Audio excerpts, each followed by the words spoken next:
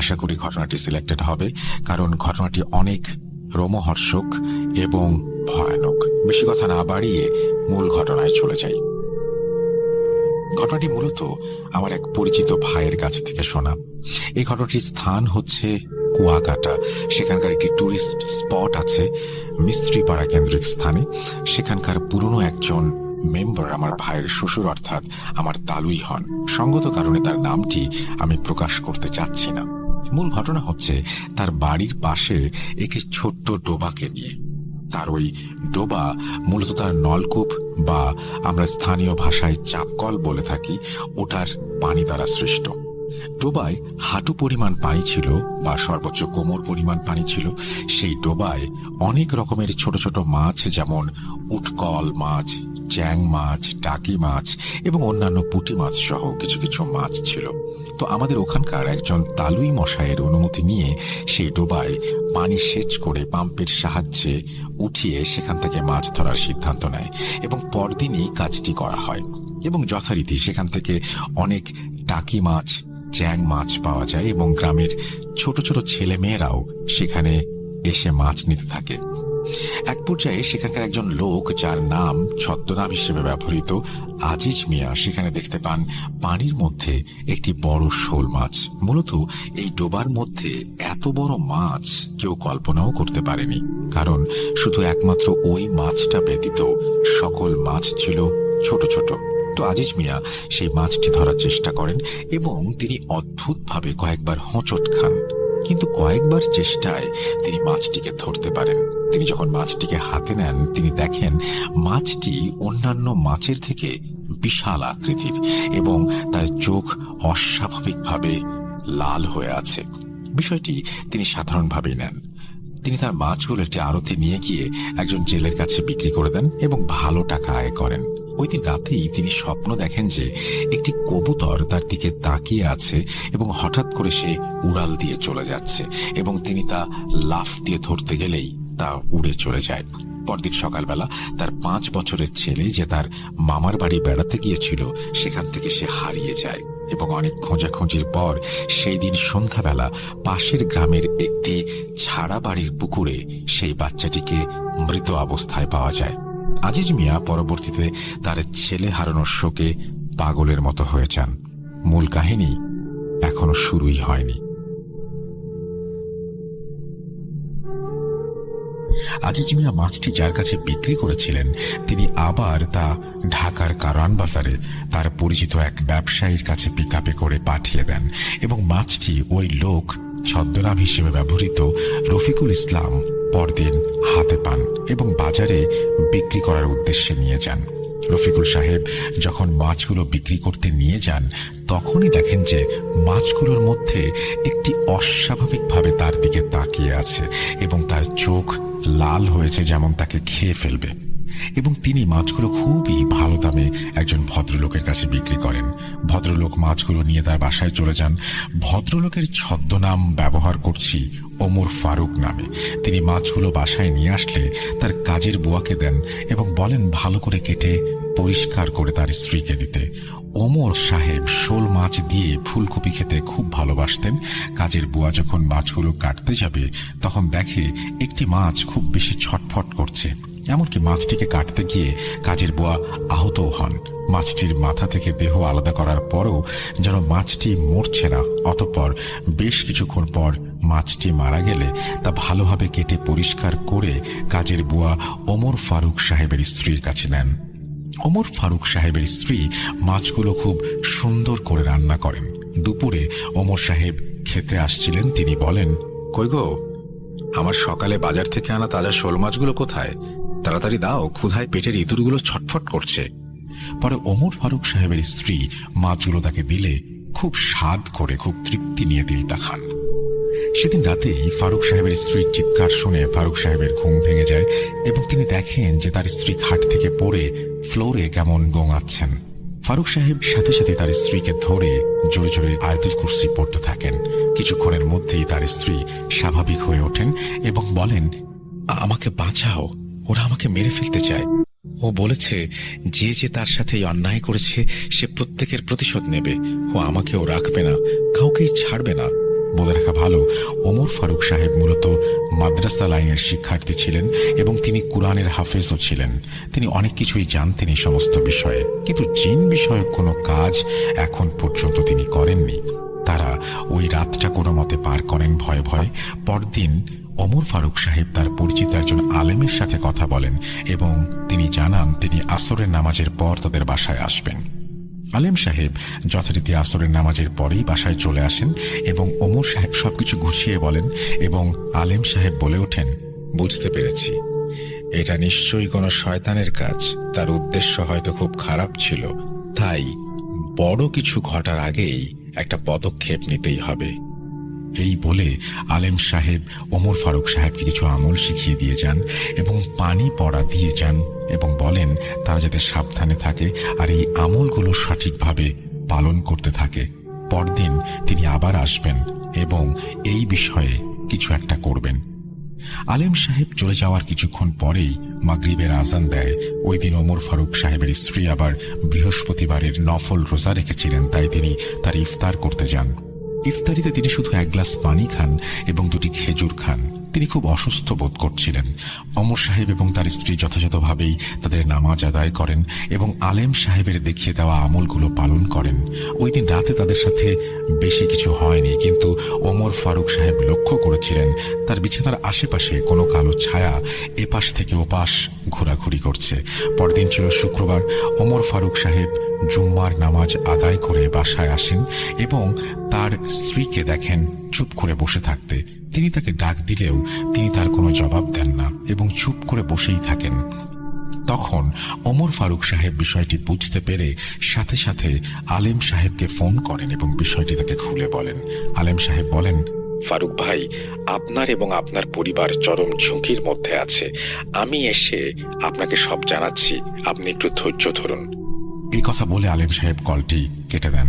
বিকেলবেলা আলেম সাহেব বাসায় আসলে বাসার মধ্যে মনে হচ্ছিল ঝড় বা বন্যা বয়ে যাচ্ছে। কিছুক্ষণ আগে আবহাওয়া স্বাভাবিক থাকলেও আলেম সাহেবের প্রবেশের মাঝেই যেন ঝড় বৃষ্টির সৃষ্টি হয়ে যায়। আলেম সাহেব ওমর ফারুক সাহেবকে বলেন, ফারুক ভাই, আপনি দিন কয়েক আগে বাজার থেকে কিছু শোল মাছ এবং টাকি মাছ কিনে এনেছিলেন। উত্তরে ওমর ফারুক সাহেব বলেন, হ্যাঁ, এই দুদিন আগেই। আলেম সাহেব বলেন, আপনার কিনে আনা মাছগুলোর মধ্যে একটি জিন ছিল। তার বয়স ছিল 900 বছরের ওপরে। সে কুয়াকাটার মিস্ত্রি পাড়ার বৌদ্ধ সম্প্রদায়ের একজন জিন ছিল। বহুকাল আগে তাদের রীতি অনুযায়ী তারা 300 বছরের জন্য যে কোনো একটি প্রাণী সেজে লোকালয়ে বসবাস করতে শুরু করে। তাদের মধ্যে এই জিনটি শোল মাছ সে বিভিন্ন পুকুরে, ডোবায়, খালে বসবাস করে। তাকে ধরে আনার জন্য একজন ব্যক্তির ছোট্ট 5 বছরের ছেলেকেও নাকি সে হত্যা করেছে বলে সে জানায়। সে নাকি প্রথমে ওই লোককে ইঙ্গিত দিয়েছিল তাকে না ধরতে, কিন্তু সেই লোক না বুঝতে পেরে তাকে ধরে ফেলেছে এবং জিনটি তাকে শাস্তি দিয়েছে। আবার তিনি যার কাছে মাছগুলো হস্তান্তর করেছিলেন, এক জেলের কাছে, সেই জেলেরও একটি দুর্ঘটনার মাধ্যমে প্রাণ দিতে হয়েছে এবং বাজারে আনা সেই ব্যবসায়ীরও বড় ক্ষতি করে সে জানায়। সে নাকি এটাও জানিয়েছে এখন নাকি আপনার পালা। সে এবার আপনাকে কঠিন থেকে কঠিনতর শাস্তি দিতে চায়। বর্তমানে সে চায় আপনাকে প্রাণে মারতে এবং স্ত্রীর প্রাণ নিয়ে যেতে। এই কথাগুলো নাকি আলেম সাহেব তার বন্ধু এক জিনের কাছ থেকে জানতে পারেন। এই সব কিছু শুনে ওমর ফারুক সাহেব এক প্রকার ভয়ের মধ্যে পড়ে যান এবং বলেন, ভাই, দেখেন না একটা সমাধান করা যায় কিনা। আরেকটা কথা, ওমর ফারুক সাহেবের স্ত্রী ছিলেন সন্তান সম্ভবা। তিনি তখন আলেম সাহেবকে বলেন, যে করে হোক আল্লাহর ওয়াস্তে আপনি আমাদের সাহায্য করুন। তখন আলেম সাহেব ওমর ফারুক সাহেবকে একজন হুজুরের কথা বলেন, যিনি ঢাকার কোনো এক জায়গায় জিন সম্পর্কিত রোগীদের চিকিৎসা দিয়ে থাকেন। সঙ্গত কারণে তার নামটিও বলছি না, কারণ তিনি বর্তমানে অনেক পপুলার একজন হুজুর। তার কাছে নিয়ে যাওয়ার পর তিনি ওই জিনকে কয়েকবার সতর্ক করেন এবং বলেন, চলে যা, কিন্তু সে কথায় নারাজ এবং তাকে ভেঙাতে থাকে। পরবর্তীতে হুজুর জিনটিকে জবাই করেন এবং পরবর্তীতে ওমর ফারুক সাহেব আলেম সাহেব হুজুরকে তার কর্মকাণ্ডে খুশি হয়ে কিছু হাদিয়া দেন এবং তাকে শুকরিয়া জানান। বেশ কিছুদিন কেটে গেল, তাদের কোনো সমস্যা হয়নি। কিন্তু ঘটনা এখানেই শেষ হয়নি। জিনটির আরেকজন আত্মীয় জিন ওমর ফারুকের উপর ক্ষিপ্ত হয়ে ওঠে এবং তার ক্ষতি করার পরিকল্পনা করতে থাকে। ফারুক সাহেবের স্ত্রী যখন ডেলিভারির সময় হয় তখন তারা দুজনে মিলে তাদের গ্রামের বাড়ির সুজোদপুরে চলে যান। সেখানে তাদের অনেক পুরনো এক দাদা ছিল। ওমর ফারুক সাহেব একদিন বাজারে যান, যা তাদের বাড়ি থেকে অনেকটা দূরে। তখন রাত প্রায় 10টা কিংবা 11টা। তার মোবাইলে কল আসে। সে তার স্ত্রীর প্রসব বেদনার কথা জানতে পারেন এবং ব্যবস্থা করেন এবং তার একটি ছেলে সন্তান হয়। খুব আকস্মিকভাবে এই ঘটনাটি ঘটলে সে আনন্দে আত্মহারা হয়ে যায় এবং সেখানকার বাজারের একটি মিষ্টির দোকান থেকে মিষ্টি কিনে হাসি মুখে বাড়ির উদ্দেশ্যে রওনা দেয়। পথিমধ্যে সে একটি ঘটনার শিকার হয়। তার উপর ওই আত্মীয় জিনটি আরো কিছু কাফির জিনদের চালনা করে দেয় এবং পথিমধ্যে ওমর ফারুক সাহেবের বাইকটি অ্যাক্সিডেন্ট করে এবং ওমর সাহেব মাটিতে ছিটকে পড়ে যান। তার বাইকের ড্রাইভার যিনি ছিলেন তিনি মাথায় আঘাত লাগার কারণে অজ্ঞান হয়ে পড়েন, কিন্তু ওমর ফারুক সাহেবের অতটা আঘাত লাগেনি, কারণ সে রাস্তা দিয়ে ছিটকে মাটিতে পড়ে যায়। উঠে দাঁড়াতেই এসে দেখতে পায় আশেপাশে যেমন অন্ধকার হয়ে আছে এবং গাছগুলো ঝড়ের মতো ঝাপটাঝাপটি করছে। সে দেখতে পায় তার সামনে তার স্ত্রীর মতো একটি অবয়ব আসে এবং সে বলতে থাকে, সবার কপালে ভোগ আছে, কেউ ছাড়া পাবি না। তোদের না মারলে আমার পেটের ভাত হজম হবে না। এই বলে সে ওমর ফারুক সাহেবকে একটি চড় মারে। চোখ খুলতে ওমর ফারুক সাহেব দেখতে পান তিনি তার দাদু বাড়িতে এবং তার চারপাশে আত্মীয় স্বজন এবং স্ত্রীর কোলে তার ফুটফুটে সেই বাচ্চাটি। ওমর ফারুক সাহেব কিছু বলতে গেলেই তার বৃদ্ধ দাদি তাকে বলেন, তুই শুয়ে থাক বাবা, হুজুর বলেছেন তোকে আরাম করতে, ঘরের বাইরে না যেতে। মূলত সেখানকার একজন মসজিদের ইমাম তার চিকিৎসার জন্য সেদিন রাতেই তার বাসায় আসেন এবং ওমর ফারুক সাহেবের এই অবস্থা দেখে তাকে একটি তাবিজ দিয়ে যান এবং কিছু দোয়া কালাম আর আমল দিয়ে যান। কিন্তু ওমর সাহেবের যে দুর্বলতা তা কিছুতেই কমছে না। সে শুধু মুখ নাড়িয়ে কিছু কথা বলতে পারছে, তাছাড়া তার কোনো শক্তি সে উপলব্ধি করতে পারছে না। সে দুঃখ কষ্ট নিয়ে তার দাদিকে বলে, আর সহ্য হয় না, আমার বাচ্চাটা একটু কোলে নিব, একটু দেখবো চেহারাটা, তাও পারছি না। আল্লাহ খোদা আমাকে রহম করো। তার দাদি বলে ওঠেন, দুঃখ পাস না দাদু, আমরা তো চিকিৎসার ব্যবস্থা করছি, তুই তাড়াতাড়ি সুস্থ হয়ে যাবি আর সব ঠিক হয়ে যাবে, আল্লাহর উপর ভরসা রাখ। সেদিন রাতেই ওমর সাহেব ঘুমের মধ্যে দেখতে পান একটি বাচ্চা ছেলে, তার বয়স 4 থেকে 5 বছর হবে। সেই বাচ্চাটি তাকে ঘুমের মধ্যে বলছে, হাবলু আমার সাথে আসো, এই দিকে চলো, আমরা ওখানে যাব। ওমর ফারুক সাহেব ঘুমের মধ্যেই চলতে শুরু করেন এবং তিনি স্বপ্নের মধ্যে দেখছিলেন বাচ্চাটি তাকে ডাকছে এবং সে ঘুমের ঘোরের মধ্যেই বাচ্চাটির পেছন পেছন হাঁটতে হাঁটতে তাদের পুরনো এক পুকুরের পাড়ে এসে দাঁড়ান এবং সেখানে হঠাৎ তার ঘুম ভেঙে যায় এবং তিনি দেখতে পান যে তিনি বাসায় নেই, তিনি অন্য একটা স্থানে এসে পড়েছেন। পরবর্তীতে তিনি কিছু ভেবে ওঠার আগেই তার কানে শব্দ আসতে থাকে, তোর দিন শেষ, তোকে এখন পরলোক গমন করতে হবে, তোকে এমন ভাবে মারবো আমার বুবুকে যেভাবে মেরেছিলি তার থেকেও নির্মম ভাবে তোকে মরতে হবে। এই বলে হঠাৎ করে তার পেছন থেকে একটি হাত এসে তাকে ধাক্কা দেয় এবং তিনি পানিতে পড়ে যান। পানিতে চুবানি খেতে থাকা অবস্থায় তিনি দেখতে পান তার মা পুকুর পাড়ে এসে তাকে বলছে, না রে বাবা, আমাকে ক্ষমা কর, আমাকে ক্ষমা কর, আমি অনেক চেষ্টা করেও তোকে বাঁচাতে পারছি না রে বাবা, ওরা তোকে বাঁচতে দিবে না। এই বলে তার মা ও হাওয়ায় মিলিয়ে যায় এবং সে চুপানি খেতে খেতে তার পায়ে কি যেন একটা টান অনুভব করেন। তিনি চেষ্টা করেও পানি থেকে উপরে উঠতে পারছেন না। এক পর্যায়ে ওমর ফারুক সাহেব শেষ নিঃশ্বাস ত্যাগ করেন এবং তিনি সেখানেই মারা যান। পরদিন তাকে বাসায় খুঁজে না পেয়ে গ্রামের লোকেরা খুঁজতে খুঁজতে এই পুকুরের মাঝখানে এসে লাশটি দেখতে পায়। বাসায় দুঃখের বন্যা বয়ে যায়। তারপর সবাই ধর্মীয় নীতি অনুসারে তাকে গোসল করিয়ে তার দাদার কবরের পাশে তাকে দাফন করে। তারপর বেশ কিছুদিন কেটে যায়। ওমর ফারুক সাহেব দুনিয়াতে নেই। বলে রাখা ভালো, ওমর ফারুক সাহেবের সেই পরিচিত আলেম সাহেব হঠাৎ একদিন উধাও হয়ে যান এবং তাকে আর কোথাও খুঁজে পাওয়া যায় না। তার পরিবার ভেবে নিয়েছিল তিনি হয়তো মারা গিয়েছেন। একদিন ওমর ফারুক সাহেবের মারা যাওয়ার প্রায় 6 মাস হতে চলল।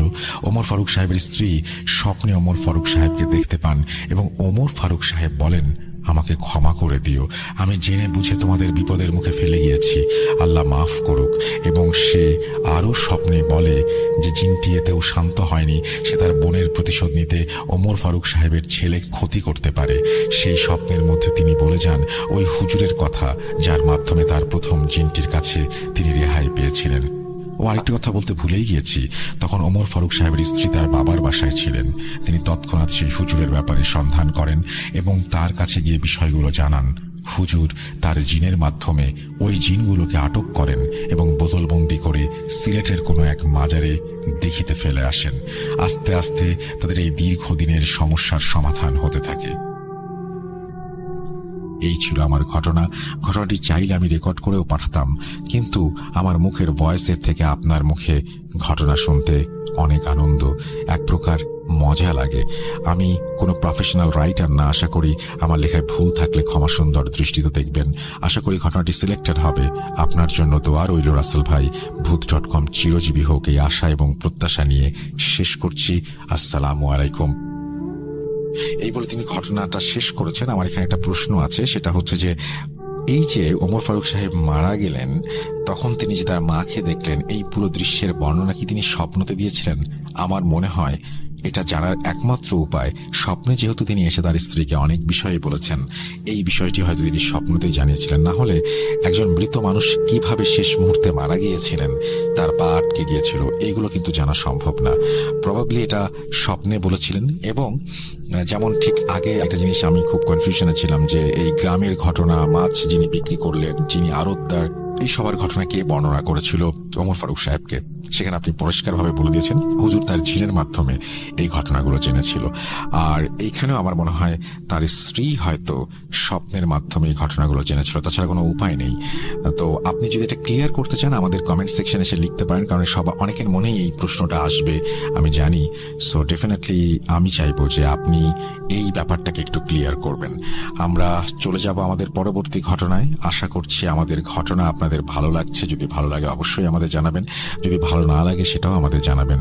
আমরা পরের ঘটনায় যাচ্ছি। ভূত.com 228তম এপিসোড। আমি রাসেল আছি আপনাদের সাথে।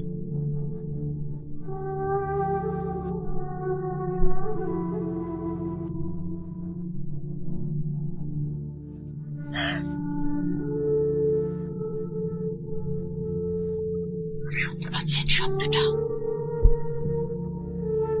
ভয়ের আরেক নাম ভূত with Russell। Welcome back. আপনাদের সবাইকে আরো একবার স্বাগত জানাচ্ছি। আমি রাসেল এবং আশা করছি আপনারা সবাই ভালো আছেন, ভালোর দলে আছেন। আমরা চলে যাব আমাদের পরবর্তী ঘটনায়। এই ঘটনাটিও আমাদের একজন লিসেনার পাঠিয়েছেন এবং তিনি এর আগেও ঘটনা পাঠিয়েছেন। আজকে আরো একটি ঘটনা নিয়ে আমরা হাজির হলাম তার লেখা, এবং শোনাচ্ছি আপনাকে যেভাবে লিখেছেন সেভাবেই। আসসালামু আলাইকুম রাসেল ভাই, আশা করি ভালো আছেন। আমি আমার নাম, ঠিকানা এবং যাবতীয় স্থানের নাম গোপন করার শর্ত চাইব। আমার ঘটনাটি সিলেক্টেড হলে আপনি পড়ে শোনাবেন। এটা আমার তৃতীয় ঘটনা। আগেও দুটো ঘটনা পাঠিয়েছি, এখনো জানি না সিলেক্টেড হয়েছে কিনা, কিন্তু যখন থেকে ভেবেছি আমার ঘটনাগুলো আমি শেয়ার করব, তারপর থেকে কেন জানি না নিজেকে ঘটনাগুলো লেখা থেকে কোনোভাবে বিরত রাখতে পারিনি। তাই র্যান্ডামলি লিখে যাচ্ছি আর পাঠিয়ে দিচ্ছি। আমি আমার দ্বিতীয় ঘটনায় আমার মামার বাড়ির একটা ঘটনা শেয়ার করেছিলাম এবং সেখানে আমার মামা বাড়ির সম্পর্কে বর্ণনা দিয়েছিলাম। এখানে আমি আবার ছোট্ট করে সেই বর্ণনা দেব, কারণ আজকে আমি আবার আরো একটি ঘটনা শেয়ার করব যা আমার নানা বাড়িতে ঘটেছিল। শহরের শেষ প্রান্তে একটি নদী রয়েছে, যা পার হলেই একটা মেইন রোড, যেটা গিয়ে মিশেছে ঢাকাগামী এক হাইওয়ের সাথে। সেই মেইন রোড থেকে একটা ইটের রাস্তা নেমে সোজা চলে গেছে। ওটাই আমার মামা বাড়ি বা নানা বাড়ি, যাই বলি না কেন, সেই গ্রামের রাস্তা। ওই সোজা রাস্তা ধরে প্রায় 15 মিনিট হাঁটলে আমার মামা বাড়ি। আমার মামা বাড়ির ডান দিকে ও বাম দিকে চলে গেছে আরো দুটো শাখা পথ। মামা বাড়ির পাশে আছে একটা কবরস্থান, ওটা আমার মামাদের বংশীয় গোরস্থান, যা কিনা কালের বিবর্তনে এখন পরিত্যক্ত ও অব্যবহৃত হলেও এক সময় ওখানে কবর দেয়া হতো। আমার মামা বাড়ির সাথে কবরখানাটির সংযোগ শুধু একটা কাঁটাতারের বেড়া ছাড়া আর কিছুই নয়। মামা বাড়ির গ্রামটি আর 5টা অজপাড়াগা গ্রামের মতোই বাঁশঝাড় বা জঙ্গলে ঘেরা নয়। মানে আমরা দেখিনি, তবে আগে ওখানে বন জঙ্গল, বাঁশঝাড়, কাঁচামাটির রাস্তা এইসব ছিল, যেমনটা গ্রামে হয়ে থাকে আর কি। আজকের ঘটনাটি আমি শুনেছি আমার মায়ের মুখে। ওখানে ওই কবরখানাটি আজকে গল্পের মূল ভূমিকায় থাকবে।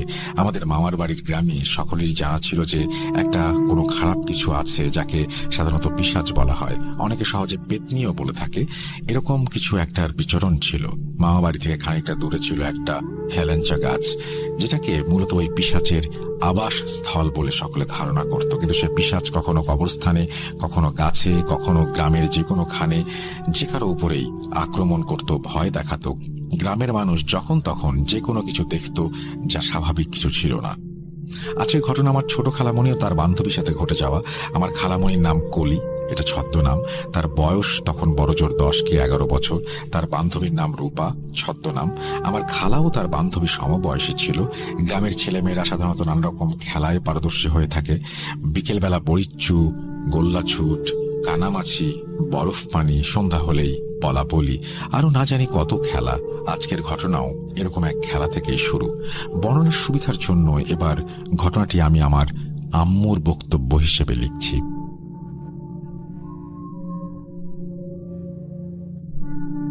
সময়টা শীত চলে যাওয়ার পর একটা সময়, গরমটা ঠিকভাবে তখনও পড়েনি।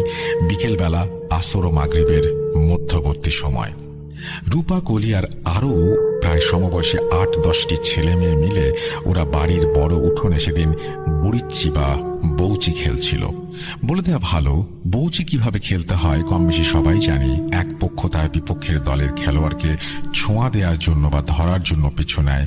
সেই বিপক্ষ দলের খেলোয়াড়কেও ঠিক দিক বিদিক ছুটতে হয় নিজেকে ছোঁয়া থেকে বাঁচানোর জন্য। বাচ্চারা হই হুল্লোড় করে খেলছে। আমি, আমার মা আর অন্যান্য ভাই বোনগুলো যে যার কাজে ব্যস্ত ছিলাম। খেলা এভাবে চলতে চলতে সন্ধ্যা প্রায় হয়েই এসেছিল, কিন্তু খেলা তখনও শেষ হয়নি। খেলতে খেলতে এবার এলো কলি আর রূপার পালা। কলি দম ধরে দাবড়াবে আর রূপা নিজেকে বাঁচতে প্রাণপণে ছুটবে। যেমন নিয়ম তেমন চলল। কলি রূপাকে ধাওয়া করলো, রূপা ছুটল এদিক সেদিক। রূপা ছুটতে ছুটতে কবরস্থানের ভেতরে চলে গেল। ওদিকে কলির দম ফুরিয়ে এসেছে। কলি তখন ছুটতে ছুটতে দাঁড়িয়ে গেল আর জোরে জোরে হাঁফ ছাড়তে লাগলো। অন্যদিকে রূপা ছুটছে তো ছুটছেই, খেয়ালও করেনি যে কলি অনেক আগেই তার পিছু ছেড়ে দিয়েছে এবং সে ছুটতে ছুটতে ইতোমধ্যেই কবরখানার মধ্যে চলে গেছে। কলি সে বিষয়টি অতটা বিশেষভাবে গ্রাহ্যও করেনি। রূপা, চলে আয় বলে ওখান থেকে ফিরে চলে এলো। এরপরই মাগরিবের আজান শুরু হলো। খেলায় ভঙ্গ দিয়ে সব ছেলেমেয়েরা যে যার বাড়ির পথে চলে গেল, অথচ রূপা কিন্তু ফেরেনি। এমনকি কেউ তা খেয়ালও করেনি। রূপার সাথে এরকম ঘটনা যখন ঘটছে তখন মাগরিবের পর বেশ কিছু সময় পার হয়ে গেছে। ওদিকে খেলা শেষ করে সব ছেলে মেয়েরা যে যার বাড়ি চলে গেলেও রূপাকে বাড়িতে না পেয়ে তার বাড়ির লোকরা সবখানে খুঁজতে থাকে। অথচ তাদের কল্পনাতেও নেই যে রূপা ওই ভয়ঙ্কর কবরখানায় আটকা পড়ে যেতে পারে। এদিকে কলিকে জিজ্ঞেস করা হলে সে জানায় রূপা তো তার সাথেই ছুটছিল, তাকে তো সে ডেকে চলে এসেছিল, কিন্তু তারপর রূপা কোথায় গেছে তা সে জানে না। এই খোঁজাখুঁজির মধ্যেই সবাই রূপার কষ্টে ভরা চিৎকার শুনে কবরস্থানের দিকে ছুটে যায়। সকলের হাতেই টর্চ লাইট। বন ঝাড় ভাঙা কবর সবখানেই লাইট দিয়ে খুঁজতে খুঁজতে রূপাকে বাঁশঝাড়ের কাছাকাছি পাওয়া গেল এবং অজ্ঞান হয়ে পড়ে থাকা রূপাকে সবাই কোলে তুলে বাড়িতে ফিরে এলো। এদিকে বলে রাখা ভালো, রূপাদের বাসা আমার মামা বাড়ি থেকে কয়েক ঘর পরেই ছিল।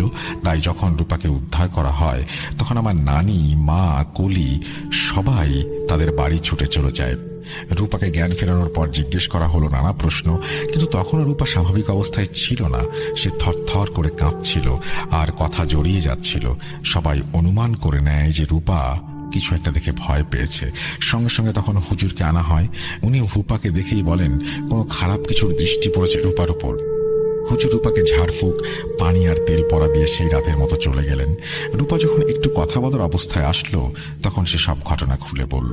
সন্ধ্যায় যখন কলি ফিরে এসেছে তখনও রূপা কবরখানার ভেতরে গিয়ে ছোটা বন্ধ করে দিয়ে যেন হঠাৎ হুঁশ পেয়ে থমকে গেল। সে চারিদিকে খেয়াল করে দেখল যে সে কবরখানার ঠিক মধ্যখানে দাঁড়ানো। চারিদিকে বড় বড় গাছ, বাঁশঝাড়, সন্ধ্যার জন্য যতটা অন্ধকার তার চেয়েও বেশি অন্ধকার যেন বাঁশঝাড় আর গাছের কারণে তৈরি হয়ে আছে। চারিদিকে এক গুমোট পরিবেশ। সে যেন এই অচেনা পরিবেশের ভেতরে পড়ে খুব হতবিহ্বল হয়ে পড়ল, কিন্তু কেন যেন বের হয়ে আসতে পারল না। তার মনে হতে লাগলো তার পা যেন আটকে গেছে ওখানে, চিৎকার করতেও পারছে না। রূপা ভয়ে যখন ইতোমধ্যেই জড়সড় হয়ে গেছে, তখন তার মনে হলো তার বাম পাশে কে যেন দাঁড়িয়ে আছে। আসলে কবরের বাম দিকে রাস্তা ছিল। সে ভাবল যে ওদিক থেকে হয়তো কেউ হেঁটে আসছে, ডাক দিতে পারবে ভেবে সেদিকে তাকিয়ে দেখলো কেউ নেই, কিন্তু কেউ তো ছিল, সেটা বামে নয় ডান দিকে। সেটুকু অনুভব করতে পারলো এবং রূপার সেটা অনুভব করতে খুব বেশি দেরি হলো না। দ্রুত সেদিকে ফিরে তাকালো রূপা। কারো একটু সাহায্যের জন্য বাচ্চা বয়সী রূপা ব্যাকুল হয়ে উঠেছিল। সেই নিষ্পাপ বাচ্চা মন বিবেচনা করতে অপারগ ছিল যে ওদিকে জঙ্গলের ঘনত্ব আরো বেশি, ওখানে কোনো মানুষের থাকার কোনো সম্ভাবনাই নেই। রূপা যখন ডান দিকে ফিরল তখন সে যা দেখল তা দেখে সুস্থ স্বাভাবিক পূর্ণবয়স্ক কোনো মানুষ সুস্থ থাকতে পারে না। রূপা যখন দেখল সাদা শাড়ি পরা এক মহিলা, যার উচ্চতা ছিল বাঁশের সমান, তার মাথায় ঘোমটা পরা, বাঁশঝাড়ের পাশেই দাঁড়িয়ে আছে, কিন্তু তার এক পা কবরের ভেতর, অন্য পা বাঁশঝাড়ের মাথায়। সে রূপার দিকে তাকিয়ে হাসছে এবং কি বিশ্রী তার চেহারা। এদিকে রূপাকে সে হাত ইশারা করে ডাকছে আর কিছু একটা চাইছে, যেন কিছু একটা খেতে চাইছে। এই দৃশ্য দেখে রূপা ও মা গো বলে চিৎকার দিয়ে চুপ হয়ে গেল, আর ওই চিৎকারেই তার বাড়ির লোকেরা তাকে উদ্ধার করতে পেরেছিল। আম্মুর বর্ণনা এখানে শেষ হয়নি। সবকিছু শুনে আমাদের কারোরই বুঝতে বাকি রইল না যে কাকে সে দেখেছে। মা এবার বললেন আজকের ওই ঘটনার সূত্রপাত কিভাবে হয়েছিল সেই ঘটনা মায়ের কথায় তুলে ধরছি। আমাদের গ্রামে এক মেয়ে ছিল, নাম আসিয়া, ছদ্মনাম। এক আধপাগলি মা বাবার মা বাপ মরা মেয়ে। মামার ঘরে বড় হওয়া 18-19 বছরের মেয়েটি তার মামির অনেক অত্যাচার সহ্য করে বেড়ে উঠছিল। সে জন্ম থেকে একটু আলাভোলা টাইপের ছিল। শান্ত স্বভাবের এই মেয়েকে তার মামি এত মারত, মাঝে মাঝে সে অজ্ঞান হয়ে যেত। আসিয়ার বয়স যখন 7-8 বছর, তখন তার বাবা এক রাতে হঠাৎ রক্ত বমি করে মারা যায়। সেই শোকে মারা যায় তার মা। গ্রামবাসী বলতো আসিয়ার মামা মামি তাবিজ করেছিল তাদের, যদি এই ঘটনার সত্যতা জানা যায়নি। আস্তে আস্তে আসিয়া যখন বড় হয়ে ওঠে তখন তার স্বভাবে পরিবর্তন দেখা যায়। শান্ত মেয়েটি হঠাৎ উশৃঙ্খল হয়ে ওঠে। অনেকে তাকে গোপনে ধূমপান করতে দেখত, অনেক সময় তাকে ভাঙা কবরের মধ্যে বসে থাকতে দেখত, বড় গাছের দিকে এক মনে তাকিয়ে থাকতে দেখা যেত। কেউ শাসন করলে গালি দিত। তার এরকম স্বভাবের পরিবর্তনের জন্য অনেকে বলতো যে আসিয়াকে হয়তো কোনো বদ জিন আসর করেছে। আবার অনেকে বলতো যে মামিও তাবিজ করে থাকতে পারে। আসিয়ার এসব অস্বাভাবিকতার জন্য তার মামা তাকে ঘাট থেকে নামাতে ব্যস্ত হয়ে গেল। তাকে বিয়ে দেওয়ার জন্য নানা জায়গায় পাত্র খুঁজতে লাগলো। ওরকম আধপাগলি মেয়েকে কে আর বিয়ে করবে? তাই তাকে এক বয়স্ক 60 ছুঁই ছুঁই লোকের সাথে বিয়ে দেয়া হলো। আসিয়া বিয়ে করতে রাজি ছিল না, কিন্তু এক প্রকার জোর করেই তার বিয়ে হয়েছিল। বিয়েটা তার একই গ্রামে হয়েছিল, কিন্তু আসিয়া পরবর্তীতে স্বভাবের কারণে তার ভেতর জেদ বেড়ে যাওয়ার কারণে বিয়ের রাতে স্বামী ঘরে আসার আগেই এক কাণ্ড ঘটায়। স্বামী ফিরে এসে দেখে যে আসিয়ার দেহ বিছানায় নয়, বরং টিনের চালের নিচে যে বাঁশের আড়া বা ঘরের কাঠামো থাকে তার সাথে ঝুলছে। তার জিহ্বা বের হয়ে আছে, চোখ দুটো উল্টে গেছে, পরনের শাড়িতেই ঝুলে আছে মেয়েটি। দাঁতগুলো বের হয়ে আছে, যেন হাসছে, কিন্তু সেটা খুবই বিভৎস হাসি। আর দৃশ্যটা এত বিভৎস ছিল, সেই আসিয়াকে কবর দেয়া হয়েছিল আমাদের বাড়ির পাশের কবরখানায় বাঁশঝাড়ের কাছে। তার মৃত্যুর পর অনেকেই ওখান থেকে যাওয়ার সময় রাতের বেলা বা সন্ধ্যাবেলার দিকে কান্না শুনতে পেত, কিন্তু গ্রামের কেউ এ ব্যাপারে কোনো পদক্ষেপ নিয়েছে কিনা তা জানা যায়নি। পরে বেশ কিছু সময় পার হবার পর এরকম আর কিছু শোনা যায়নি, কিন্তু কেউ তখনও জানত না বিভৎসতা আবারও ফিরে আসতে পারে। একটা ভয়ঙ্কর ঘটনার পেছনে লুকানো রয়েছে আরো একটা করুণ বিভৎসতা। রূপার সাথে ঘটা ওই সন্ধ্যার ঘটনা যে আর এক করুণ পরিণতি নিয়ে আসবে তাকে জানত। ওই রাতে রূপার জ্বর আসে। জ্বরের ঘরে রূপা ভুলভাল বকছিল। এই জ্বর রূপাকে প্রায় কাবু করে ফেলেছিল। জ্বর প্রায় 1 সপ্তাহ পর কিছুটা ভালো হয়, কিন্তু রূপা তবুও সুস্থ হয় না। দুঃস্বপ্ন, দুর্বলতা তাকে ধীরে ধীরে কাবু করে ফেলে। এক রাতে রূপা তার মায়ের সাথে শুয়েছিল আর বলল, মা ওই সাদা শাড়ি পরা বেটি আমাকে কি যেন বলছিল। তখন মা অবাক হয়ে বললেন, ওসব মনে রাখিস নে, আয় আমার কোলের মধ্যে ঘুমা। সেদিন রাতে রূপা ঘুমালেও পরদিন সকালে রূপার আবার জ্বর আসে। রূপার বমি শুরু হয়। কোনো ঝাড়ফুঁক, তাবিজ, তেল, কবিরাজ কোনো কিছুতে তার সুরাহা হয় না। তার পরদিন সকালে রূপা মারা যায়। পুরো গ্রামে শোক নয়, বরং আতঙ্কের ছায়া নেমে আসে। তারপর থেকে গ্রামবাসী তাদের ছেলে মেয়েদের সাবধান করতে থাকে। মাগরিবের আগে ঘরে ফিরে আসতে বলে। কবরস্থানের দিকে যেতে করা নিষেধাজ্ঞা জারি করা হয়। এমনকি ভর দুপুর ঠিক সন্ধ্যা এরকম সময় চলাফেরা, পুকুরে একা যাওয়া বা রাতে একা বাথরুমে যাওয়া, এসব কাজেও সবাই সব বাচ্চাদের চোখে চোখে রাখত। অনেকে ধারণা করত যে ওই গ্রামে যে পিশাচ ছিল সেই হয়তো আসিয়াকে আসর করে থাকবে। ওই দিন কবরখানায় যা রূপা দেখেছিল তা হয়তো পিশাচ, যা কিনা আসিয়ার রূপে ফিরে এসেছিল। এই ছিল আমার ঘটনা রাসেল ভাই। ঘটনাটা অনেক বড় জানি, সবাইকে ধৈর্য নিয়ে পড়ে শোনানোর জন্য ধন্যবাদ। ভুল ত্রুটি হলে ক্ষমা সুন্দর দৃষ্টিতে দেখবেন। আসসালামু আলাইকুম, ভালো থাকবেন। আমার ঘটনাটি সিলেক্টেড হলে প্লিজ মেসেজ বা ইমেইলের মাধ্যমে জানাবেন। আমি অলরেডি জানিয়ে দিয়েছি আপনাকে যে আপনার ঘটনাটি সিলেক্টেড হয়েছে। I wish you all the best, এবং আরও ঘটনা আপনার কাছে প্রত্যাশা করি। আপনি আরও ঘটনা পাঠান, সেই আশাবাদ ব্যক্ত করেই আমরা চলে যাব আমাদের পরবর্তী ঘটনায়। আশা করছি এই ঘটনাটিও আপনাদের আনন্দ দেবে।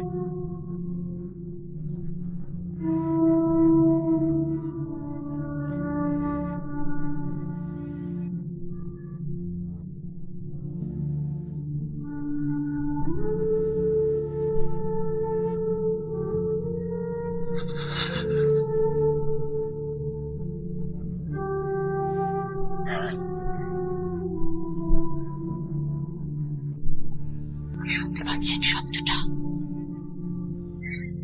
আমার আয়নার ভিতরে রোজ এভাবেই আসে।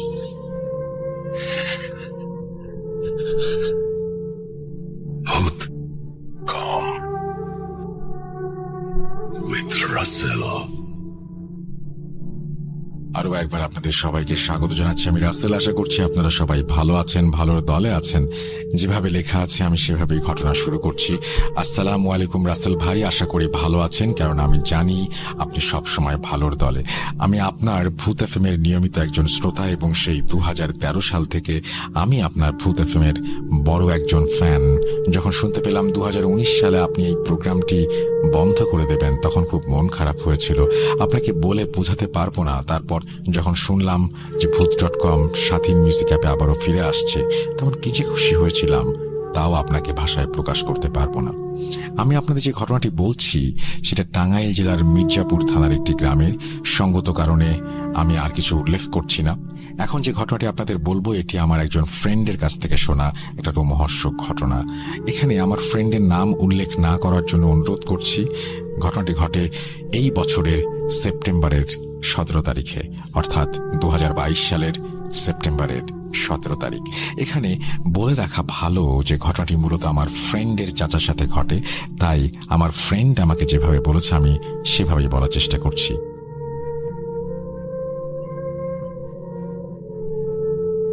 আগে থেকে আমাদের বংশগত স্বভাবে মাছ ধরার একটা পরিচয় আছে। আমাদের গ্রামের সামনেই রয়েছে একটা বিল। সেই বিলে প্রতি বছর বর্ষার সময় পানি আসে। বিল তখন কানায় কানায় পূর্ণ হয়ে যায় এবং গ্রামবাসীরা মাছ ধরার জন্য দিনরাত সেই বিলের সাথে লেগে থাকে। যেহেতু আমাদের বংশগত স্বভাবে মাছ ধরা একটি রীতি রয়েছে, সেহেতু আমার চাচাও প্রতি বছর এই বিলে মাছ ধরত। তো এবছরই আমার চাচার সাথে মাছ ধরাকে কেন্দ্র করে এমন একটা ঘটনা ঘটে যা আমাদের পরিবারের ওপর খুবই একটা কষ্টদায়ক ঘটনার জন্ম দেয়। একদিন রাতে আমার চাচা ও তার দুই বন্ধু রাত 11টার দিকে কি 11:30টার দিকে বিলে মাছ ধরতে যান। তখন মাছ ধরতে ধরতে রাত 1টা কিংবা 2টার কাছাকাছি চলে যায়। আমার চাচার বন্ধুরা বলে যে, চল আজকে তো মাছ ভালোই ধরেছি, তাহলে চল আজকের মতো ফিরে যাই, এমনিতেই অনেক রাত হয়ে গেছে। কিন্তু আমার চাচা ছিলেন খুবই মাছ ধরার পাগল। মাছ ধরার নেশা তখন আমার চাচাকে পেয়ে বসেছে। তার দুই বন্ধুকে তিনি বললেন, আর একটু পরে যাব। তখন তার বন্ধুরা বলল, আজ তো ভালোই মাছ পেয়েছি, তাহলে আর কি করব, চল বাড়ি ফিরে যাই। কিন্তু আমার চাচা তাদের সাথে যেতে রাজি হলেন না। চাচা তার দুই বন্ধুকে বলল, তোদের মধ্যে যে কোনো একজন আমার সাথে থাক, একজন চলে যা। তখন আমার চাচার এক বন্ধু তার সাথে থাকার জন্য রাজি হলো এবং আরেকজন বাড়ি ফিরে গেল। এই ঘটনাটুকু আমার চাচার সেই বন্ধুর কাছ থেকে শোনা। বলছেন চাচার বন্ধু, আমরা যখন আবার মাছ ধরা শুরু করলাম তার কিছুক্ষণ পরেই বিলের মধ্যে দুটো আলো দেখতে পেলাম। আলোগুলো লাল রঙের ছিল। আস্তে আস্তে সেই আলোগুলো আমাদের কাছে আসতে থাকলো। একটু কাছে আসতেই ভালো করে লক্ষ্য করলাম যে আলোগুলো খুবই লাল আর দুটো চোখের মতো, যেন আগুনের দুটি ফুলকি। তখন আমরা দুজনেই ভাবলাম ওগুলো কি। আমাদের একটু ভয় লাগতে শুরু করলো। আস্তে আস্তে আলোগুলো যখন আমাদের দিকে এগিয়ে এলো, আমরা যা দেখলাম তা দেখার জন্য মোটেও প্রস্তুত ছিলাম না। তখন আমরা দেখতে পেলাম যে দৈত্যাকৃতির একটা জিনিস, তার মাথায় সাদা সাদা লোম ছিল, তার মুখটা ছিল ঘোড়ার মুখের মতো, আর তার দুই হাত ছিল ঘোড়ার খুরের মতো। তখন সেই সাদা অবয়বটা আমাদের দিকে ধেয়ে আসছে আর বিকট কর্কশ শব্দ করতে করতে আসছে। তখন আমরা দুজনেই খুব ভয় পেয়ে যাই এবং দৌড় দেই। আমাদের বিলে বর্ষার সময় হাঁটু সমান পানি। আমরা মাছ ধরতে ধরতে বিলের কাছাকাছি চলে এসেছিলাম। ঠিক তখনই সেই বিভৎস অবয়ব আমাদের দিকে তার দুই ঘোড়ার খুরের মতো হাত বাড়িয়ে দিল এবং শুধু তাই নয়, হাতগুলো বড় হতে শুরু করলো। ঠিক সেই মুহূর্তে দুজনেই পানির মধ্যে দৌড় দেওয়ার চেষ্টা করি। যেহেতু বিলে আমাদের হাঁটু সমান পানি থাকার কথা, ভালোভাবে দৌড়াতে পারছিলাম না। এরই মধ্যে বিলে পার হয়ে আমরা অনেক দূর চলে এসেছিলাম মাছ ধরতে ধরতে। ভয়ে কে কার মতো কোন দিকে দৌড়িয়েছিলাম বুঝতে পারিনি। আমি কোনোভাবে আস্তে আস্তে এসে বিলের পাড়ে উঠে বাড়ির দিকে দৌড় দেই। তখন আমার কোনো খেয়াল ছিল না। দৌড়াতে দৌড়াতে এসে একসময় বাড়ির ভিতরে ঢুকে দরজার সামনে চিৎকার করে অজ্ঞান হয়ে যাই। আর কিছু মনে নেই। পরদিন যখন আমার জ্ঞান ফেরে তখন আমি দেখছি আমার চারপাশে আমার বাড়ির মানুষ, আমার বন্ধুর বাড়ির অনেক লোক দাঁড়িয়ে আছে এবং আমার বন্ধুরা আমার কথা জিজ্ঞেস করছে। তখন আমি সবাইকে সবকিছু খুলে বলি। একটা ঘটনা আমার ফ্রেন্ডের মুখ থেকে শোনা এটা। তখন সবাই আমার চাচাকে খুঁজতে ব্যস্ত হয়ে পড়ে। বাড়িতে কান্নাকাটির রোল পড়ে যায়। তখন সবাই আমরা বিলের দিকে যাই, আর সেখানে গিয়ে আমরা চাচাকে দেখতে পাই না। বিলের মধ্যে নেমে আশেপাশে অনেক জায়গায় খুঁজেও আমার চাচাকে আর পাওয়া যায় না। এভাবেই 3 দিন পার হয়ে যায়। একদিন সকালে একটি লোক খবর নিয়ে আসে যে বিলে যেন কার লাশ পড়ে আছে। তখন আমাদের বাড়ির সবাই খুব চিন্তিত হয়ে পড়ে। আমরা দেখি সেখানে ইতোমধ্যেই লোক জড়ো হয়ে গেছে। লাশটা বিলের মধ্যে উল্টো হয়ে গেড়ে রাখা। তখন কিছু মানুষ মিলে লাশটিকে উঠিয়ে নিয়ে আসে। মুখটা একদম কাদায় মেখে গেছে, মুখের ভেতরেও অনেক মাটি হাঁ দিয়ে গেছে। তখন আমাদের বাড়ির সবাই অনেক কান্নাকাটি শুরু করে দেয়। তারপর নিশ্চিত হয় যে এটা আর কারো নয়, আমার চাচার লাশ। তো এই ছিল রাসেল ভাই আমার ঘটনা। জানি না কতটুকু ভয়ানক, তবে এই ঘটনাটি আমার পরিবারের কাছ থেকে একটা কষ্টদায়ক ঘটনা। আমার চাচা পৃথিবী থেকে বিদায় নিয়েছে আজ থেকে 1 মাস হলো। সবাই আমার চাচার জন্য দোয়া করবেন, তা আল্লাহ যেন তাকে জান্নাত নসিব করেন। জানি ঘটনাটি ভালো করে গুছিয়ে লিখতে পারিনি, তবুও চেষ্টা করেছি। And thank you very much. আপনি এই চেষ্টাটুকু করেছেন এবং আপনি যে আমাদের ঘটনা পাঠিয়েছেন এর জন্য আপনাকে অসংখ্য ধন্যবাদ। আমরা চলে যাব আমাদের পরবর্তী ঘটনায়।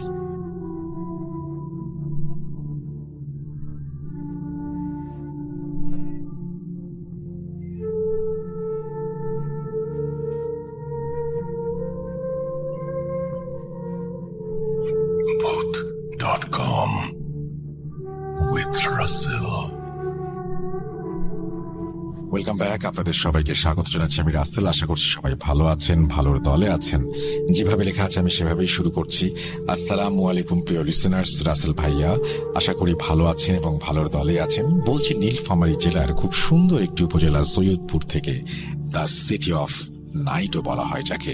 সঙ্গত কারণে নিজের নাম প্রকাশ করতে পারছি না এবং সৈয়দপুর থেকে ঢাকা অনেক দূরে হওয়ায় স্টুডিওতে উপস্থিত থাকা সম্ভব নয়। তাই আমি অনুরোধ করছি আমার স্টোরিটি পড়ে শোনানোর জন্য।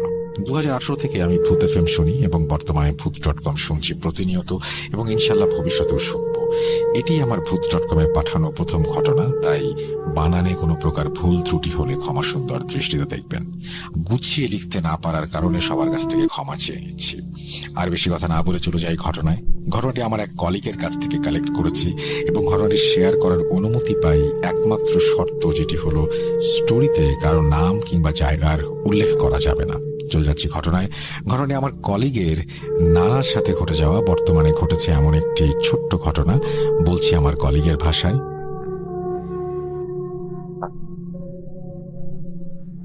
ঘটনাটি আজ থেকে 40-50 বছর আগের।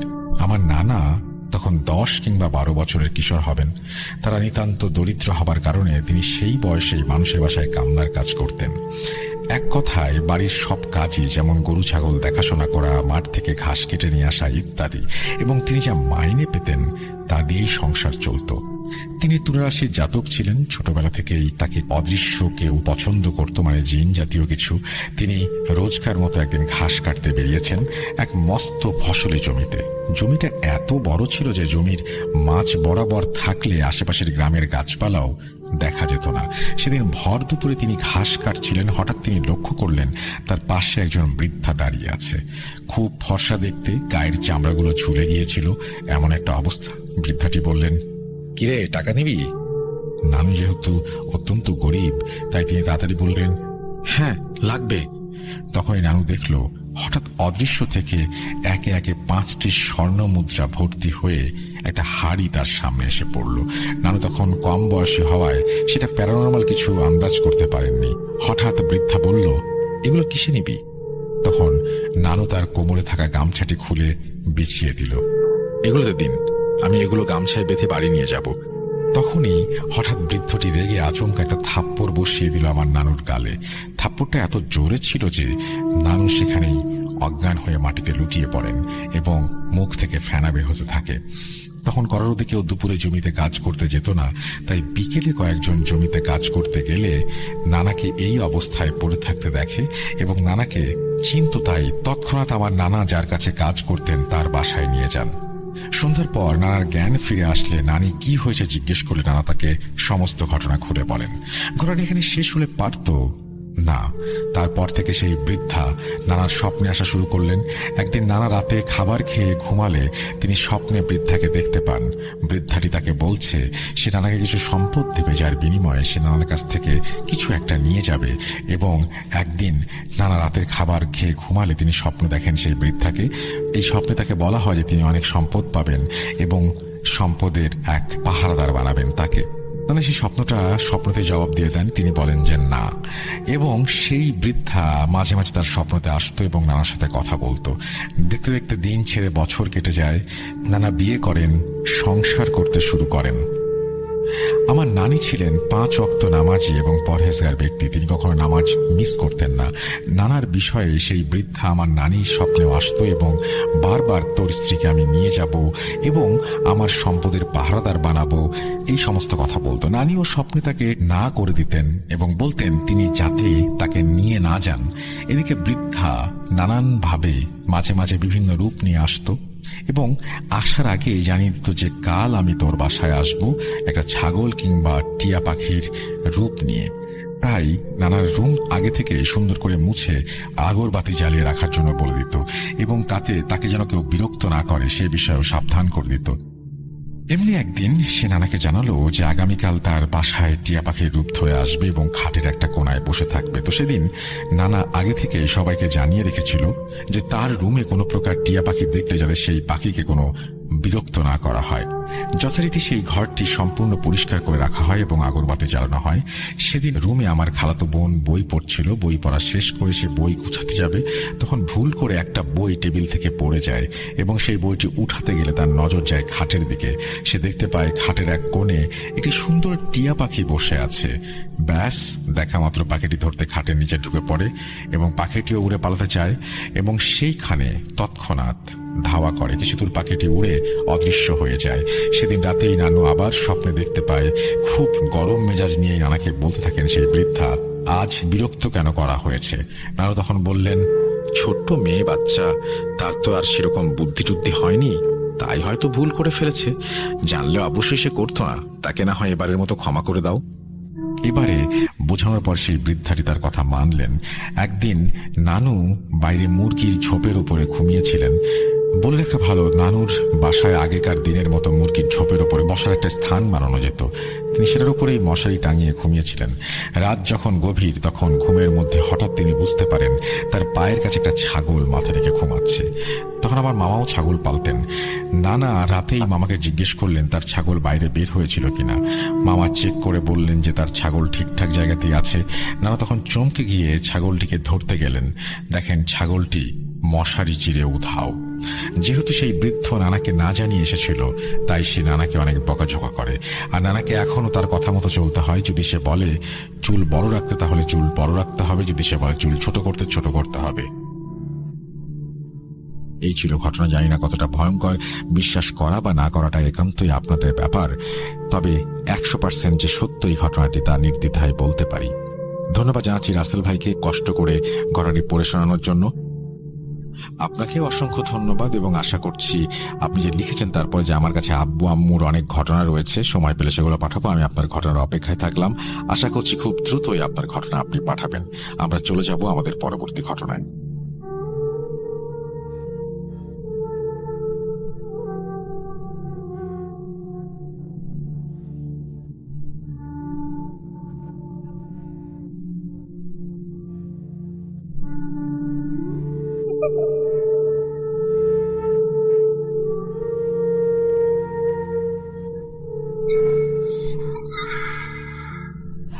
তুমি লুকাও, আমি ঠিকই তোমাকে খুঁজে পাবো।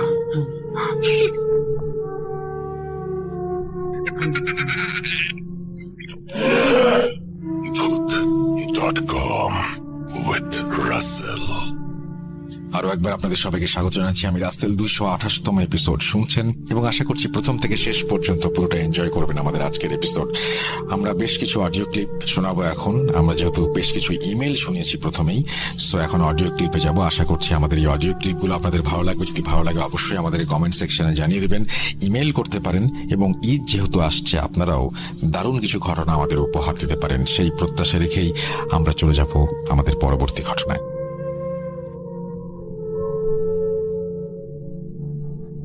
হ্যালো, আসসালামু আলাইকুম লিসেনার্স।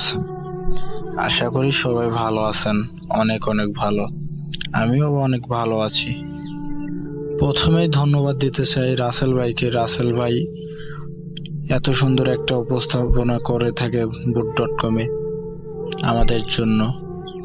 আমি 2011 সাল থেকে voot.com-এর সাথে টুকটাক থাকা হয় আর কি, হয়তো সেভাবে না হইলেও 2011 সাল থেকে আমার voot.com-এর সাথে পরিচিত।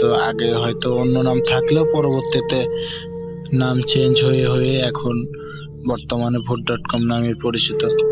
তো মনে করতে পারেন বর্তমান voot.com এই যে গল্পগুলো, এটা আসলে আমার জীবনের একটা অংশ, এবং এই গল্পগুলো না শুনলে মানে একটা আসক্তি আর কি। এই গল্পগুলো না শুনলে ঘুমই যেন হয় না।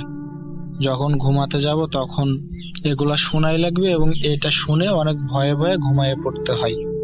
তো এই voot.com শুনতে শুনতে ঘুমানো নিয়ে একটা ঘটনা আমার সাথে ঘটেছে, যেটা আসলে ঘটনা আমি মূলত যে ঘটনাটি এখন বলবো, এই ঘটনার লাস্টে আমি ওই ঘটনাটি বলবো, এবং এই ঘটনা আর ওই ঘটনা ভিন্ন।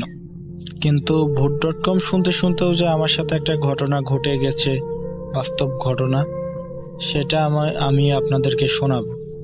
তো মূলত আজকে যে ঘটনা বলার জন্য আমি কথা বলা শুরু করছি, সে ঘটনায় আমি চলে যেতে চাই।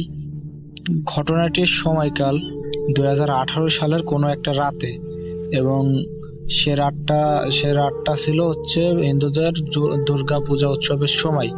অর্থাৎ হিন্দুদের যে প্রতি বছর যে দুর্গা পূজা উৎসব হয়, তো প্রতিবারের মতো সেইবারও দুর্গাপূজা উৎসব হয়। এবং আমরা ঘটনাটি যে আমার একার সাথে ঘটে তা না, আসলে আমার সাথে আরো আমার 4 বন্ধু ছিল।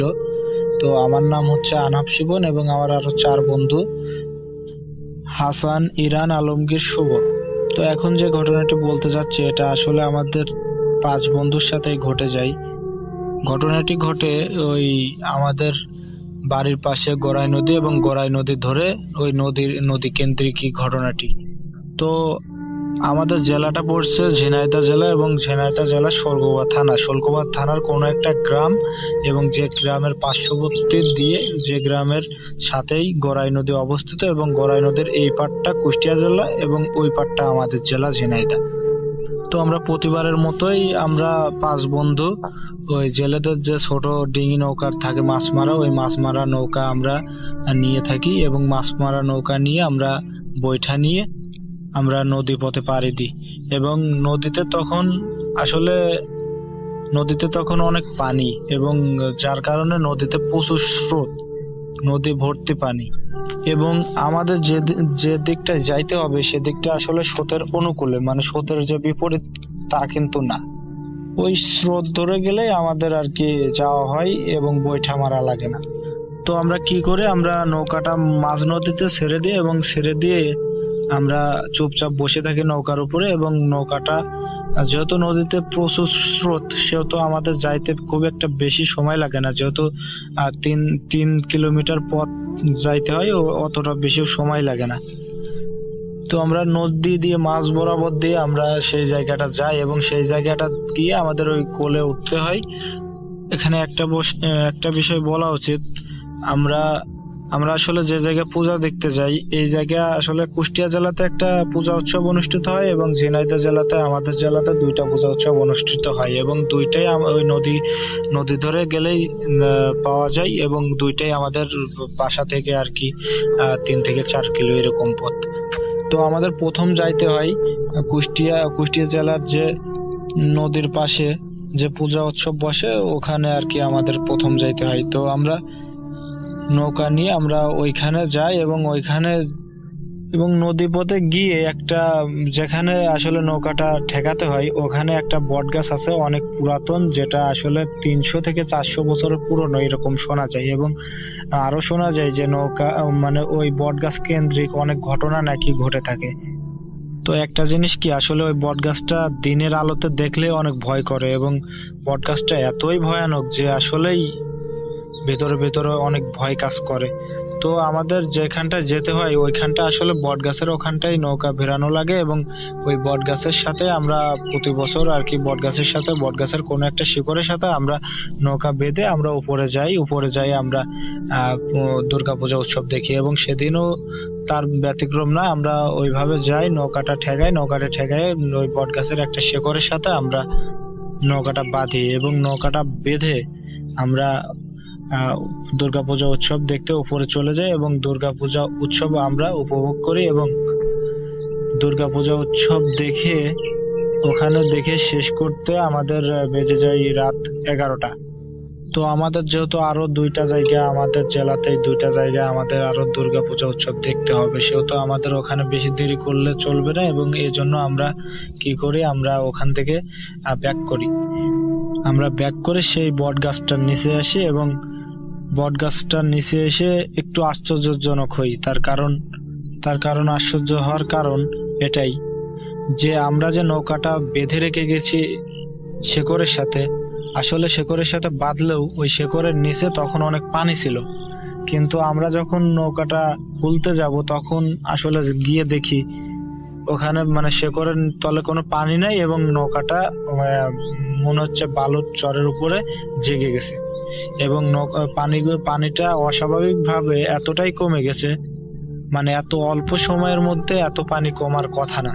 এই জিনিসটা দেখে আসলে অনেকে আমরা আশ্চর্য হই যে এটা কিভাবে সম্ভব, এত পানি হঠাৎ করে কমে যায়, এটা তো আগে কখনো হয়নি। তো আমরা ওইটা নিয়ে খুব একটা মাথা ঘাটাই না এবং আমরা বলা বলি করি 5 জনে যে নৌকাটা যেহেতু খুব একটা মানে ভার না, 5 জন হলে আমরা নৌকাটা পানিতে নামাইতে পারবো। তো আমরা আমরা নৌকাটা শেকড় থেকে খসাই এবং শেকড় থেকে খসাই আমরা কাঁধে করে নিয়ে নৌকাটা 5 জনে কাঁধে করে নিয়ে আমরা পানিতে নামাই এবং পানিতে নামানোর পরে আমরা নৌকার উপরে উঠে বসি। কিন্তু আমরা যখন নৌকার উপরে উঠে বসি তখন ওই বট গাছটা থেকে একটা আওয়াজ আসে এবং আওয়াজটা এরকম, মানে ওই বট গাছটা থেকে 2টা কণ্ঠের আওয়াজ আসে, মানে মনে হয় যেন 2টা জিনিস কথা বলা বলি করতেছে ওদের নিজেদের মধ্যে। তো ওরা 2জন মানে বলা বলি করতেছে এরকম ভাষায়, দেখো পাগলরা কি করতেছে, পাগলরা নৌকা নিয়ে, এই অবস্থাতেও নৌকা নিয়ে পাগলরা পূজা দেখতে আসে। আবার একটা কণ্ঠ আর একটা কণ্ঠকে বলে উঠলো ওদের কপালে আজকে যা আছে এটা ওদের উপলব্ধি করা উচিত এবং কিছুটা শিক্ষা হওয়া উচিত এদের। তো কথাগুলো মনে হলো যে আমাদেরকে উদ্দেশ্য করে কথাগুলো বলল, কিছুটা স্পষ্টভাবে শুনতে পেলাম আমরা কথাগুলো এবং আমরা পেছন দিকে তাকাই, বট গাছের দিকে তাকালাম, তাকাই মোবাইলে যে ফ্ল্যাশ ছিল, ফ্ল্যাশ মেরে আমরা দেখি আসলে বট গাছে দুইটা কাক বসা। মানে বট গাছের একটা ডালে দেখি দুইটা কাক বসা এবং কাকগুলো চুপচাপ আছে। আমরা যখন তাকাইছি তখন চুপচাপ আছে এবং ওই কথাগুলো বলছে। আমরা যখন নৌকার উপরে ছিলাম আমরা জানিও না কোথা থেকে বলতেছে, এদিক ওদিকে খুঁজতেছি, তখন ওই কথাগুলো তারা বলতেছিল। তো আমরা ওইটার দিকে অতটা কেয়ার করি না, আমরা ওইটা নিয়ে অতটা ভাবি না। এবং আমরা কি করি, আমরা যে আমাদের জেলাতে যে দুইটা দুর্গাপূজা উৎসব হয় ওখানে আমরা যাওয়ার জন্য আরেকটু সামনে আগায় গিয়ে আমরা পাড়ি দিই। তো আমরা স্বাভাবিকভাবেই নৌকাটা পাড়ি দিই এবং পাড়ি দিয়ে আমাদের পাড়টায় আমরা চলে আসি। এবং চলে আসার পরে আমরা ওই আমাদের পাড়টায় এই ঘাটটাতে, একটা ঘাটে আমরা নৌকাটা বাঁধি একটা বাঁশের সাথে। তো একটা বাঁশের সাথে নৌকা বাঁধার পরে আমরা উপরে যাই আমরা ওই সেই দুর্গাপূজা উৎসবে আমরা দেখতে যাই। এবং আমরা ওখানে স্বাভাবিকভাবেই দুর্গাপূজা উৎসব দেখতে যাই, তখনও আসলে আমাদের সাথে সেরকম কিছু একটা ঘটে না। তো আমরা যখন ওখানে দুর্গাপূজা উৎসব দেখে আমাদের বাজে রাত 3টা থেকে 3:30 এরকম সময় আমাদের বেজে যায়। মানে আমাদের ওই ঘাটে ব্যাক করতে, দুর্গাপূজা দেখে আসতে ব্যাক করতে ওই ঘাটে। তো আমরা ঘাটে স্বাভাবিকভাবেই চলে আসি। এসে আমরা নৌকাটা খুলে আমি যেভাবে আমরা নৌকার উপরে 5 জন বসেছিলাম ঠিক সেইভাবে আসলে আমি নৌকার বৈঠা ধরে আমি আর কি নৌকার মাঝিগিরি করতেছে এবং আমার 4 বন্ধু, ওরা 2 জন সামনে বসে, 2টা বৈঠা নিয়ে ঠেলাঠেলি করতেছে আর 2 জন মাঝখানটায় বসে আছে আর আমি পিছনে বৈঠা নিয়ে ঠেলায় যাইতে হয়। যেহেতু পানি নদীর কুলে তো অতটা পানি থাকে না, সবসময় দেখা যায় যে মাঝখানটায় বেশি পানি থাকে, কুলে তো অতটা পানি থাকে না, কুলে অনেকটাই চরপড়া থাকে। তো একটা বিষয় বলে রাখি, আমাদের যে পাড়টা, আসলে আমাদের পাড়টা আমাদের আর ওই পারে পার হয়ে যাইতে হয় না, এখন আমাদের পাড় দিয়েই যাওয়া লাগে। তো আমাদের যে পাড়টা, এই পাড়টা আসলে মানে অনেক পানিতেই ওই চরের উপর, তো ওই চরের উপর অনেক জঙ্গল কোয়ালিটির, অনেক কাশবন, এইটা ওইটা মানে অনেক জঙ্গল কোয়ালিটির। তো ওই জঙ্গলের ভিতর দিয়ে আমাদের আসলে আসতে হয় এবং জঙ্গলটা প্রায় 1 কিলোমিটার ধরে অবস্থিত। এবং আমরা কি করে, আমরা নৌকা নিয়ে ওই জঙ্গলের মধ্যে দিয়ে আমরা আসতে থাকি। জঙ্গলের ভিতর যখন ঢুকে তখন মানে জঙ্গলের ভিতর ঢোকার 2-3 মিনিট পরেই আমরা কিছু একটা অনুভব করি। আর অনুভবটা এরকম যে মনে হচ্ছে জঙ্গল ভেঙে মরমর শব্দে কি যেন দানবের মতো মনে হচ্ছে চলে আসতেছে আমাদের দিকে, ধেয়ে আসতেছে জঙ্গল ভাঙতে। তো ওই অত রাতে এইটা অনুভব করতে আসলে তো অনেক ভয়, ভেতরে আমাদের 5 জনারই অনেক ভয় কাজ করতেছে। আমরা চারদিকে খালি লক্ষ্য করে দেখতেছি আসলে হচ্ছেটা কি। মানে ওই ভাঙাভাঙি শব্দটা একবার এদিকে একবার ওদিকে, অর্থাৎ আমাদের চারপাশে ঘোরপাক খাচ্ছে, এরকম একটা অবস্থা। তো আমরা তো এক প্রকার অনেক ভয় পেয়ে যাই এবং আমরা যতটা তাড়াতাড়ি সম্ভব আমরা সামনের দিকে আগাইতে থাকি, অনেক ভয় নিয়ে। তো এরকম আরো 2-3 মিনিট চলার পরে হঠাৎ এক সময় যায় এটা থেমে যায়, ওটা আর কি, ওটার উপস্থিতি আর দেখা যায় না। তো 2-3 মিনিট পরে নৌকাটা এক প্রকার স্থির হয়ে যায় এবং আমি খেয়াল করি যে আমার নৌকার বৈঠাতে, আমার বৈঠাতে কোনো পানি পাচ্ছি না আমি। এবং আমার সামনে যে 2টা বন্ধু, ওরা বৈঠা দিয়ে যে পানিতে যে বৈঠা চালাচ্ছে, ওরাও কোনো পানির উপস্থিতি পাচ্ছে না এবং ওরা আমাকে বলে ওঠে যে পানি কই গেল। একটা কথা বলতে ভুলেই গেছি, আসলে সে রাতটা ছিল অনেক অন্ধকার, এতটাই অন্ধকার যে মানে একটু দূরে খালি চোখে দেখাই যায় না। আমরা আর কি মোবাইলের ফ্ল্যাশ লাইট মেরে আমরা ব্যাক করতেছিলাম। তো ওই অন্ধকারে যখন নৌকার বৈঠাতে কোনো পানি পাচ্ছিলাম না, ওরাও পাচ্ছিল না, তখন ফ্ল্যাশটা ওরা একটু সামনের দিকে মারে এবং আমিও চোখ করে রয়েছি, এবং সামনের দিকে ওরা ফ্ল্যাশটা মারার পরে যা দেখতে পাই সেটা দেখার জন্য আমাদের কোনো প্রস্তুতি ছিল না। আমরা দেখতে পাই বিশাল প্রকৃতির একটা অবয়ব দানব আমাদের নৌকা থেকে 20-30 হাত দূরে, তার 2টা হাত দিয়ে আমাদের নৌকাটা সন্নিতে উঁচা করে রাখছে এবং আমরা সে উঁচাতেই রয়েছি, এবং এর কারণে আমরা আসলে পানি পাচ্ছি না। এবং তার চোখ দুটো লাল টকটকে বিশাল আগুনের গলার মতো, আর তার দাঁত দুটা অনেক বড় বড় বের করা 2টা দাঁত, এবং 2টা দাঁত দিয়ে মনে হচ্ছে তাজা রক্ত যেরকম বয়ে পড়ে ওরকম রক্ত পড়তেছে। কি একটা অবস্থা! এই দৃশ্য যখন চোখের সামনে দেখি তখন আসলে নিজেদেরকে আমরা ধরে রাখতে পারি না, এবং আমরা ওখানে নৌকার উপরে আমরা সেন্সলেস হয়ে পড়ে যাই। তারপর ঠিক কতটা সময় কেটে যায় এটা আসলে বলা বাহুল্য। আমাদেরকে আবিষ্কার করি আমরা যেখান থেকে নৌকাটা নিয়ে আমরা গেছিলাম আর কি দেখতে, আমরা আমাদের সেই ঘাটে নৌকার উপরেই আমরা পড়ে আছি, এবং আমাদের চারপাশে 3-4 জন লোকজন, এবং তারাই আমাদের ওখান থেকে ধরে নিয়ে আমাদের বাসায় নিয়ে যায় এবং যার যার বাসায় তার পৌঁছে দেয়।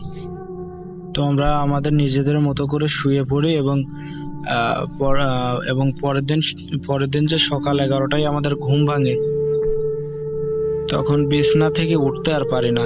তার কারণ শরীরে একটুকু শক্তি নেই, আর প্রচন্ড জ্বর গায়ে, এতটাই জ্বর যে একটা স্বাভাবিক মানুষ উঠে দাঁড়াতেই পারবে না, এরকম জ্বর গায়ে। এবং আমাদের ওই 4 বন্ধুরও নাকি ওদের একই অবস্থা, ওইরকম অবস্থা হয় অনেক জ্বর নিয়ে। তারপর সে জ্বর থেকে সুস্থ হতে হতে আমাদের ডাক্তার দেখানোর পরে আরো 3-4 দিন লেগে যায়, এবং এক পর্যায়ে আমরা সুস্থ হই। তো এই ঘটনার সমাপ্তিটাই আসলে এখানেই ঘটে। তো জানি না ঘটনাটি আপনারা আসলে কতটুকু সত্যিভাবে নেবেন, কিন্তু এটা যে আমাদের 5 জনের সাথে বাস্তব জীবনের সাথে ঘটে গেছে, সে রাতের কথা চিন্তা করলে আজও অনেক ভয় লাগে। আর তারপর থেকে আমরা আর কখনো ওইভাবে পূজা উৎসব দেখতেও যাইনি। গেলেও হয়তো বা দিনের বেলায় টেলায় গেছি, তা নৌকা নদী পথে না, ওই এমনিতেই হাঁটা পথে গেছে, না হলে কোনো যানবাহনের পথে গেছে, গিয়ে দেখে আসছি। তো এই ছিল ঘটনা। তোমার একটা কথা, ওই যে আমি বলছিলাম যে এই ভূত এফএম দেখতে দেখতে, ভূত.com দেখতে দেখতে আসলে ঘুম আসাটা আমার একটা পেশা নেশা এক প্রকার যাই বলেন। তবে এর প্রতি যে আসক্তিটা নিয়ে একটা ঘটনা, সে ঘটনা আমি এখন বলবো। ঘটনাটি ঘটে আসলে বেশি দিন না, এই তো 6 মাস হলো। আমি আর কি যখন ভূত.com শুনি তখন আমার কানে 2টা হেডফোন লাগাই, এবং হেডফোনে ভূত.com শুনে ঘুম আসতে অনেক বেশি, মানে ভয়ের সাথে অনেক বেশি ভালো লাগে। প্রতিনিয়ত যেহেতু এটা আমার রুটিন বরাবরের মতো, আমি ওই দিনও শুয়ে পড়ি, এবং শুয়ে রাত তখন বাজে 11টা। তো আমি শুয়ে পড়ি, এবং শুয়ে আমার ঠিক মনে আছে আমি আফনান ভাইয়ের 3টা না 4টা ঘটনা আমি শুনতে থাকি একটানা, অর্থাৎ 11টার সময় ঘুমাই, এবং এই 3টা না 4টা ঘটনা শুনতে আমার সম্ভবত সময় বেজে যায়, টাইম বেজে যায় 12টা 15 কি 16 এরকম সময়।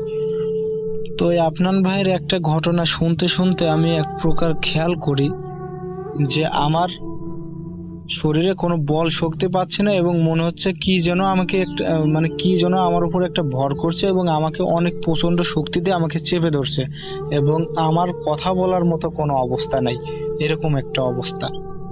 এবং আমি চোখ দিয়ে দেখতেছি যে আমার ঠিক বাম পাশে কি কালো কুৎসিত একটা চেহারা, ভালোভাবে বোঝা যায় না, কিন্তু যে এতটাই কালো, মানে কালোর ভিতরে মিলে গেছে কিন্তু কালো। যেহেতু আমার ঘরে লাইট অফ করে আমি ঘুমাই, ওই জিনিসটা এতটাই কালো, আমার তো তখন কথা বলার মতো কোনো অবস্থা নেই, কিন্তু আমি চোখ দিয়ে দেখতেছি আমার বার পাশে কালো একটা অবয়ব মতো দাঁড়াইয়ে আছে, আমাকে যে চেপে ধরে রাখছে। আমি আসলে আমার দমটা অনেক বন্ধ বন্ধ বন্ধ লাগতেছে এবং মনে হচ্ছে দম বন্ধ হয়ে আসতেছে। এবং তখন আমি কোনোভাবে, যখন আমি ছোটাছুটি করে আমার হাত পা কিচ্ছু চলতেছে না, আমি কিচ্ছু নাড়াইতে পারতেছে না, আমি যখন এক পর্যায়ে, যখন আমার হাত পা কিচ্ছু চলতেছে না, আমি নাড়াইতে কথা বলতে পারতেছি না, তখন আমি অনেকটা সময় এরকম যাওয়ার পরে একটা অস্বস্তি ফিল হচ্ছে এবং মনে হচ্ছে এই বুঝি মরেই গেলাম, এ বুঝি আমাকে মেরে ফেললো। তখন আমার মনে আসে যে আমাকে সূরা পড়তে হবে, এবং আমি সূরা জানার ভিতরে আমি সূরা ইখলাস জানি, আর হচ্ছে সূরা ফাতিহা জানি, এবং আরো কিছু সূরা জানি। কিন্তু ওই সময়টাতে আমার সূরা ফাতিহা আমি 2 বার পড়ি, এবং 2 বার পড়ার পরে আমি সূরা ইখলাস 3 বার পড়ি। এবং কি হয়, 3 বার সূরা ইখলাস যে 3 বার পড়ি, এবং 3 বার পড়ার সাথে সাথে মনে হলো আমাকে ছেড়ে দিল, এবং আমি যেন অনেকটা ঘাম শরীর নিয়ে, মানে আমার রুমে কিন্তু ফ্যান চলতেছে, কিন্তু আমার শরীরে এত পরিমাণ ঘাম, মানে শরীরটা একদম ভিজে গেছে, এরকম একটা অবস্থা। তো আমাকে যখন ছাড়ছে আমি তখন চিল্লাই উঠি, এবং চিল্লাই ওঠার সাথে সাথে আমার পাশের রুম থেকে আমার মা বাবারা আসে। মা বাবারা এসে আমাকে বলে কি হয়েছে কি হয়েছে কি হয়েছে। পরে আমি রুম খুলে বের হই বলি যে এই ঘটনা। তো পরে মা বাবারা মা আগুনে একটু সেকা দিয়ে দেয়। তো ওই দিন রাত্রে ভয়তে আর ঘুমই আসে না, ওই দিন ওইভাবে অমনি কাটাই দিই জেগে জেগে। তো আসলে এই ঘটনাটা যে আসলে কি জন্য, কোন প্রেক্ষাপটে যে ঘটলো, এই জিনিসটা আমার মাথায় আজও আসে না, যে আসলে কোন বিষয় নিয়ে এই ঘটনাটি আমার সাথে ঘটছে।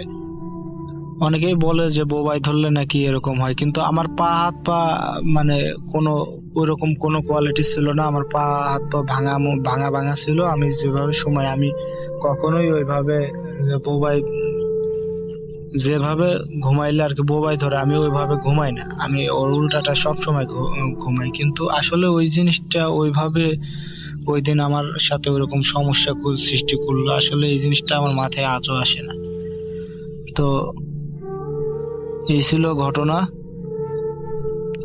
ভালো লাগলে অবশ্যই রেকর্ডিংটা শোনায়েন।